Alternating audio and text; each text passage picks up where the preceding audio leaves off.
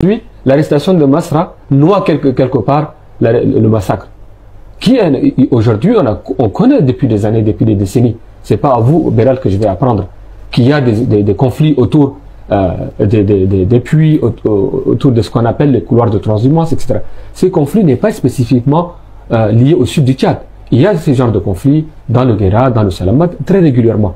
Donc l'État est en train de travailler pour trouver des solutions. C'est un travail de fond, un travail vraiment où il faut mobiliser les leaders d'opinion, les leaders religieux, etc. pour trouver une solution.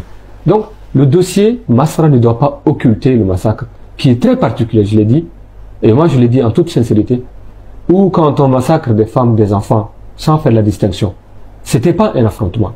Des gens sont venus attaquer un village où on a massacré des gens, sans faire la distinction. Ces gens-là n'ont pas pu se défendre. Il y a une volonté d'exterminer ces gens-là, d'éliminer ces gens-là. Ce dossier-là, il est en cours, il est entre les mains de la justice. Je pense qu'à un moment donné, on doit s'émouvoir aussi par rapport à ces morts-là. Et je l'avais dit hier sur notre chaîne concurrente, et il y a des questions de fond qu'il ne faut pas éluder. Par exemple, la question de la pression démographique qui est ressentie par une certaine population.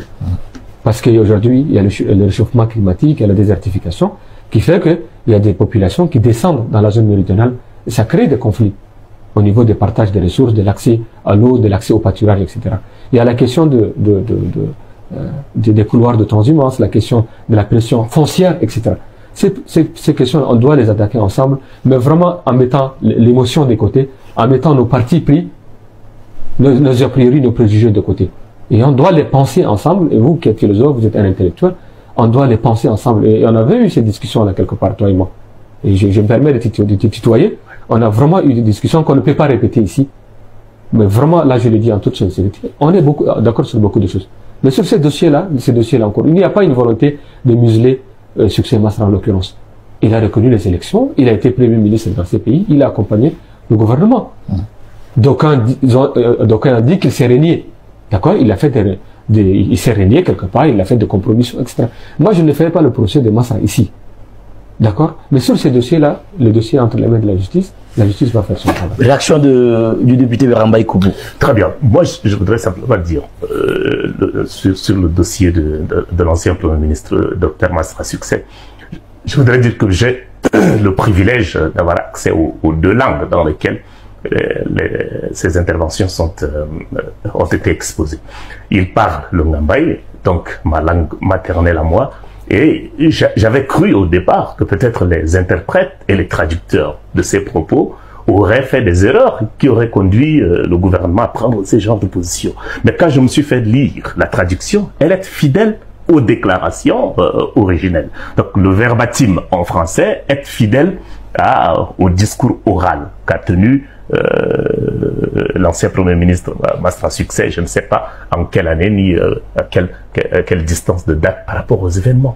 En réalité, si l'on a un petit peu de sincérité, si on se préoccupe de rechercher un petit peu d'objectivité, je ne trouve pas une seule phrase, pas l'ombre d'une phrase qui incite à la haine. Lorsque vous dites à des personnes, à vos populations dans la généralité, que l'État régalien à qui vous avez confié vos forces collectives n'arrive pas à vous défendre, vous êtes une collectivité villageoise, vous êtes une collectivité dans une entité organisationnelle donnée, réfléchissez pour trouver le moyen d'apporter la riposte lorsque vous êtes agressé. Appelez des personnes à l'autodéfense, là où l'État est carent et défaillant, je ne sais pas en quoi est-ce que c'est un appel à une incitation à la haine ou un appel à la violence ou au massacre de qui que ce soit. Moi qui suis en face de vous, je dis à mes enfants systématiquement, si quelqu'un vous agresse à l'école ou quoi que ce soit, ne pleurnichez pas, vous lui répondez, vous lui rendez la monnaie, vous lui cassez la gueule, on va s'expliquer plus tard en tant que parent quand on va être convoqué. Personne ne viendra me dire que j'apprends la violence à mes enfants. Je n'ai jamais dit à aucun de mes enfants d'aller provoquer ou d'aller agresser un autre. Je dis simplement, si on vous porte la main dessus, ne laissez pas regarder. Laissez ce discours de donner la joue gauche lorsqu'on vous a giflé sur la droite, laissez ce discours-là à la postérité. Ça n'appartient pas à un discours d'aujourd'hui. Et c'est d'apprendre de la faiblesse, de la compromission et du fatalisme aux gens que de dire ça. Donc un discours que d'ailleurs beaucoup d'autres hommes politiques par le passé l'ont tenu.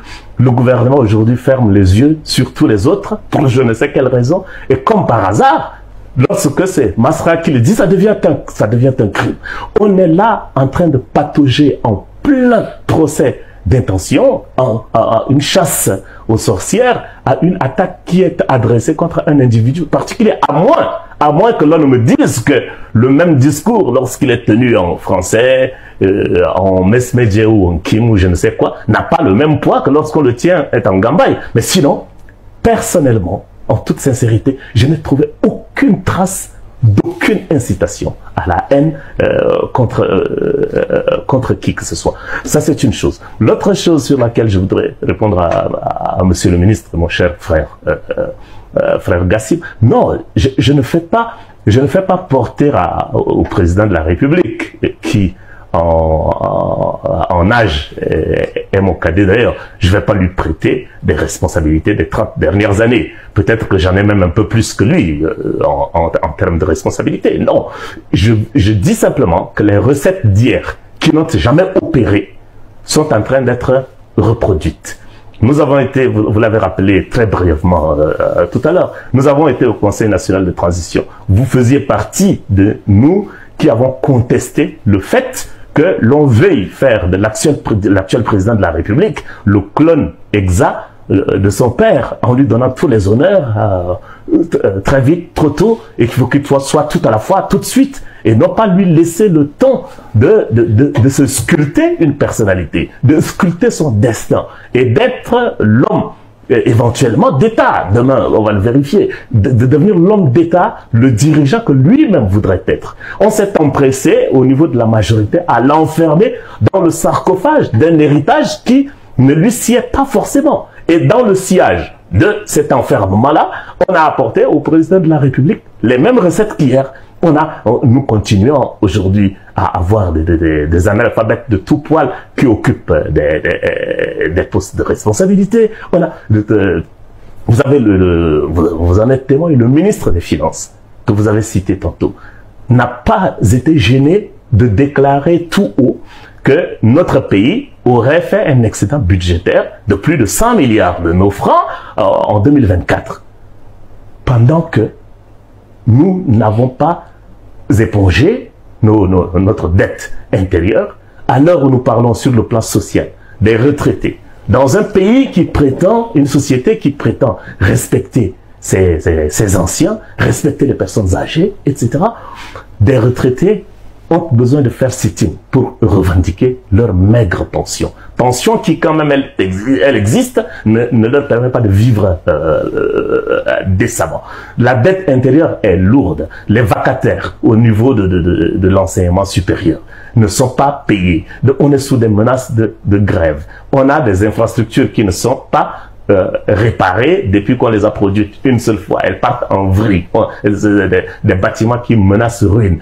On a l'État qui se trouve obligé à louer des bâtiments à des particuliers pour loger certains de ces services, entre autres l'Assemblée nationale où je suis d'ailleurs, etc., etc. Et on se vante d'avoir un excédent budgétaire.